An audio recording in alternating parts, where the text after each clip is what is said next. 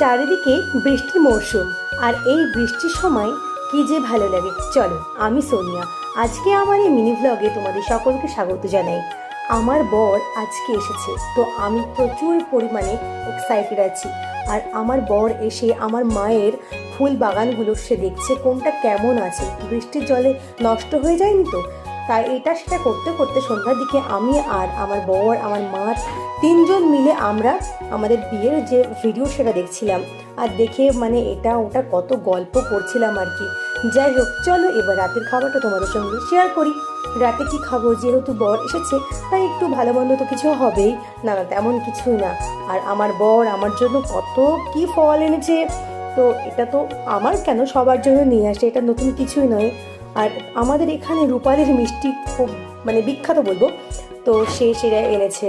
আর আমরা রাতে খেয়েছিলাম রুটি। তোমাদের যদি মিনি ব্লগটি ভালো লেগে থাকে অবশ্যই